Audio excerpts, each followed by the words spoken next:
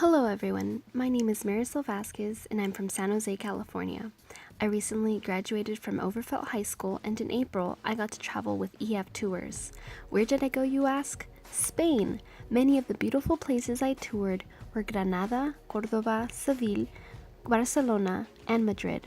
I was informed by my teacher that we would get to visit a school in Madrid, which brought me to wonder, what aspects of the Spanish high school education system are similar and different to the ones in the US?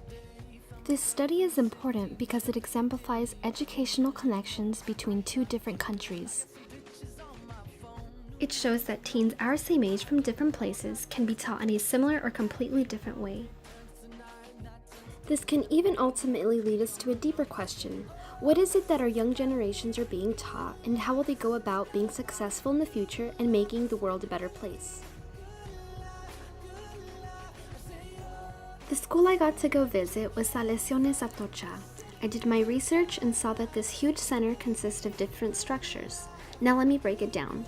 The first 6 years of Spanish education is called Educación Infantil, infant education, which is from ages 3 to 6. There's the Escuela Primaria, primary school, where there are 3 two-year stages making 6 academic years.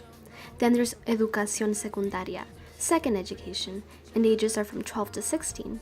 And this divides to 2 cycles, 12 to 14 and 14 to 16. After this, students decide whether they want to continue their education and earn the Bachillerato certificate for another 2 years. With this certificate, students are allowed to take university entrance examinations. When I was collecting my data in Spain, I knew I wanted to interview students and professors. I decided to do both because I would be able to see different perspectives, not just one. I asked one student that I was shadowing what the support was like coming from their teachers.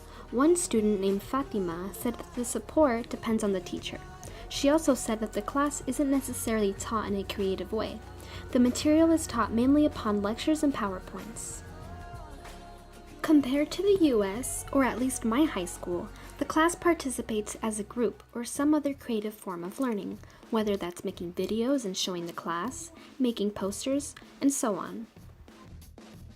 One other student, named Lucia, said that parents have access to checking teachers' notes on students. For example, parents can check exams, absence, and so forth. When she said this, it made me think about my high school and how we have a similar software called School Loop. Parents receive emails about their students' updates on grades. Extracurricular subjects like sports, arts, or other activities aren't as popular like they are in the US.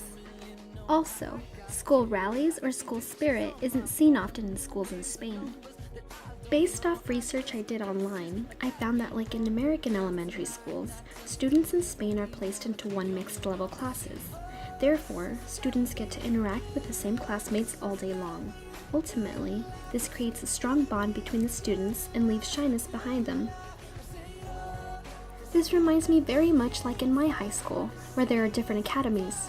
Those that are in your same path and share the same classes are the people you will most likely hang out with. Because there are some students learning at a slower pace than others, there really isn't any opportunities for students learning at a faster pace, such as AP or honor classes that are offered in the US. And unfortunately, extra work isn't offered because it would be unfair to other students. I came across the school's website and saw the phrase, "No todo es académico," not everything is academic, and by reading the page, it explained that the school encourages their alumni to do volunteer work. Observing others in their natural state is always useful to see how they really act on a daily basis, and I did just that. Something I observed in the school was that the students don't move classes, teachers do. Unlike in the US, students hurry over to go to their next period, whereas in Spain, they stay put and the teachers do the walking in the hallways. Students then all have to wait outside their salon, classroom, until their teacher shows up. This can seem a bit messy though, because students are then scattered in the hallways and are left unattended. But then again, this is seen as a positive because the system is much quicker. So what did I get from all of this? I learned that there are both similarities and differences in the Spanish and US educational system. Students in Spain are offered more opportunities after the Educación Secundaria. I realize that the US really focuses and tries to prepare students for college, while in Spain, students are offered more like the vocational classes. I know that at my high school, students don't have the opportunity to take classes such as the ones that Selecciones Atocha offers. And here's some of the flyers I got from the school in Spain, and as you can see, there are many different options to choose from. It seems to me that the Spanish education system is much harder than the one in the US. I think the reason why teachers in the US teach more creative, though, is to prepare students for college. In Spain, this isn't a centralized area. Rather, they are straightforward into the material.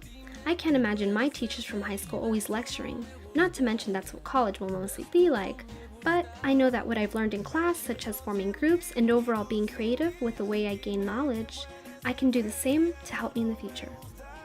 Maybe the people in Spain don't learn as creative like we do in the United States, but by looking through the streets of Spain, I found that creativity and warmness was still alive. They still had something to offer, and I can't really explain that joyfulness that I felt.